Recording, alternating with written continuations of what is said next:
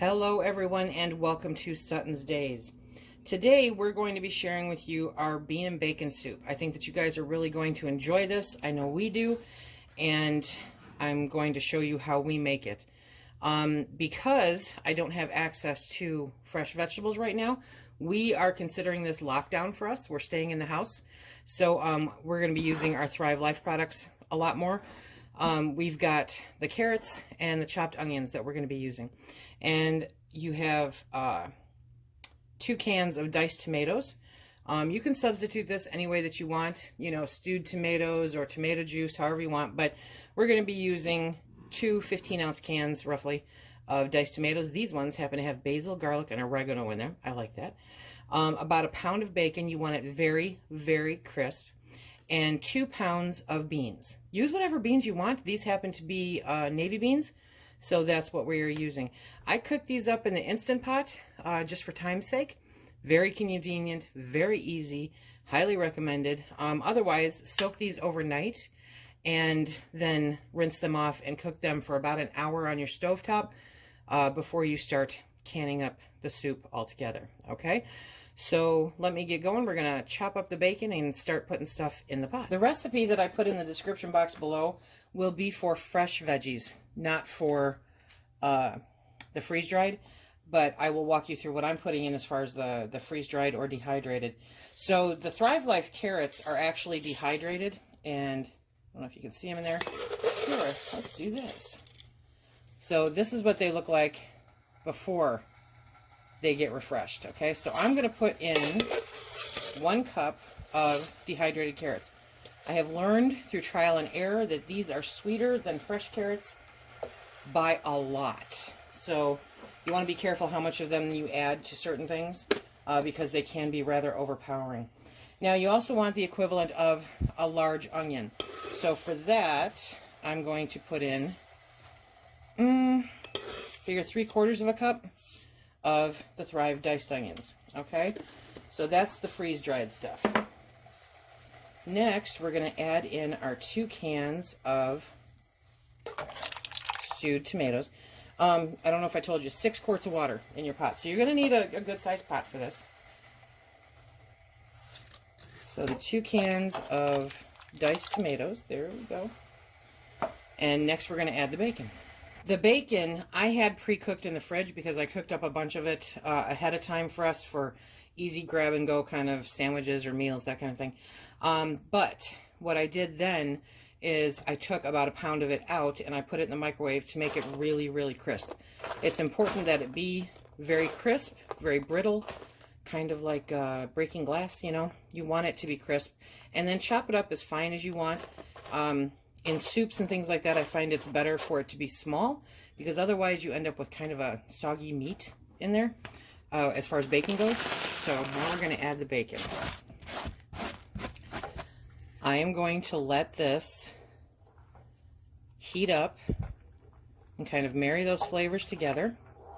Cook it up really good, and then we will add it to the jars. In the meantime, I'm going to start adding beans to the jars and get that prepared. I don't want to put the beans in the pot. Number 1, as you can see, I don't have room. But number 2 is because I want a proportionate amount of beans in each jar. So this will make that a lot easier. I forgot to mention that the recipe calls for about 8 teaspoons of salt. Put that in to taste. Beans especially can be kind of flat tasting, so the salt will definitely help with that. Okay, beans by nature continue to expand in the jars even though they are cooked, so I'm just adding a 1/2 cup of these cooked beans to each jar, and then I'll take a look at it and decide where we're at. I like a thicker kind of bean soup. Phil really likes his crackers. So I try to find a happy medium. You guys know me, typically I'm kind of a dry bean person for canning, but it's not approved, so I'm not recommending it. But in this instance, especially because we're going to have this for dinner tonight, I wanted to do the cooked beans, and I think it will hold up very nicely. Because of the bacon, because of the beans, we are going to can these at 75 minutes for pints. In our area, it's at 11 pounds of pressure if you're using the gauge, or the 10-pound weight if you're not using the gauge. I think I'm going to add, because this is all, that's the leftover beans. That's a lot of leftover beans. So I'm going to add a little bit more to each jar, and we're gonna fake it. It's an experiment. We will find out. I mean, I'm probably adding, you know, a tablespoon-ish to each jar, because this is more than enough for what I was planning on having left out. Theoretically, this recipe makes about 19 pints. I have 12 out here, so that will be flying beans. That will be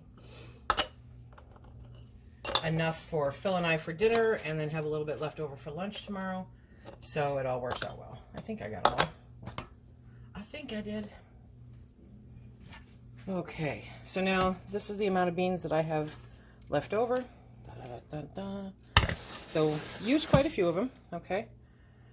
And now we're going to let that simmer for a few minutes, and then we'll start filling jars, and I'll get my canner heated up to take its place. See, now imagine, if you will, some nice chunks of tomato in with your bean soup. It's going to be great. It's going to be so good. Okay, so I have my stock here with the vegetables in it and the beans, and now I'm going to start filling the jars. Scoop from the bottom, give it a good stir, and scoop from the bottom so that you've got some of that vegetables that you're actually scooping up into the jars. You want to leave an inch headspace. Okay. The bacon and the tomato chunks will drop to the bottom, so that's why you want to make sure to give it a stir and kind of get it all floating around equally as you're loading up the jar, so that way some are not filled with more, you know, goodies than the rest. Okay, an inch headspace with this, and remember, we're going to can these for 75 minutes at 10 pounds of pressure, because I'm using the weight. If you're using the gauge, it's 11 pounds of pressure. If you do these in quarts, it's 90 minutes at those pressures. Now, the carrots will continue to refresh because it takes them a little bit longer, but it is kind of cute how they're all uniform and everything. I like that. It's the little things, right? And it smells really good. I think this is going to make a great hearty dinner. Fill some bellies, make everybody happy, and it doesn't cost hardly anything at all. Now, if you don't have bacon, you can use ham. You can use ham hocks. You can skip the meat altogether. You can use like a ham bouillon or pork stock kind of thing that you have. If you canned up any ham stock from your leftover hams at Christmas time, that's a great time to do that too. There are always workarounds for these kinds of recipes. This is just a base so that you can see what we're doing. But I really like the chunks of tomato in there. And because I use the flavored ones that have the garlic and oregano and everything, you know it's got a great great flavor to it. It's really adding to the flavor of the soup. There we go.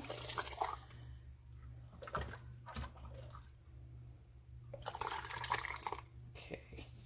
And remember, the beans will expand even more during the canning process, so don't worry about that.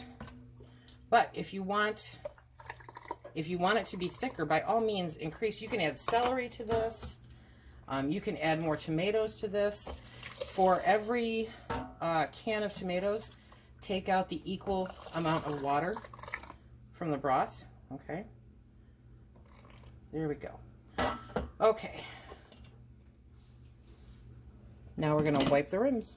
Before I get into wiping the rims, I wanted to share with you Okay, so we have stock left in here, which was the plan, and now I'm going to put the rest of these beans in here, and that is going to be our dinner tonight. So I will not heat this up any further right now. Let me get you in to take a peek. I will not heat this up any further right now, but I think that's going to be an awesome soup. Look at all that. Oh, good stuff. Okay, we're going to wipe off all the rims, make sure they're clean, debris free. You don't want anything getting between the rim and the lid. You guys know the drill, right? I was thinking that if you have any kind of pork in your freezer and you're looking for something to do with it, this would be a great thing. It doesn't have to be bacon, it doesn't have to be ham. Heck, it doesn't have to be pork. Hamburger would be great too. Any kind of meat like that. Okay, so we're going to put on our lids. We'll be back when I load them into the canner. Remember, with rings, you want to put them on finger tight. Okay, hot soup, hot water in the canner. Always these reminders: hot soup, hot water into the canner.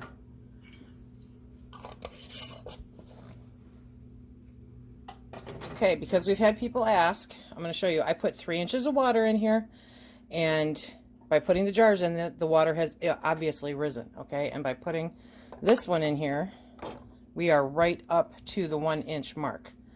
That's fine. That's okay. As always, you want to put the lid on, and you want to bring it up until it is producing a steady stream of steam from the vent. Then you want to set your timer for 10 minutes. Once that timer goes off, that's when you put your weight on and begin adjusting to make sure that you're at the right pressure. So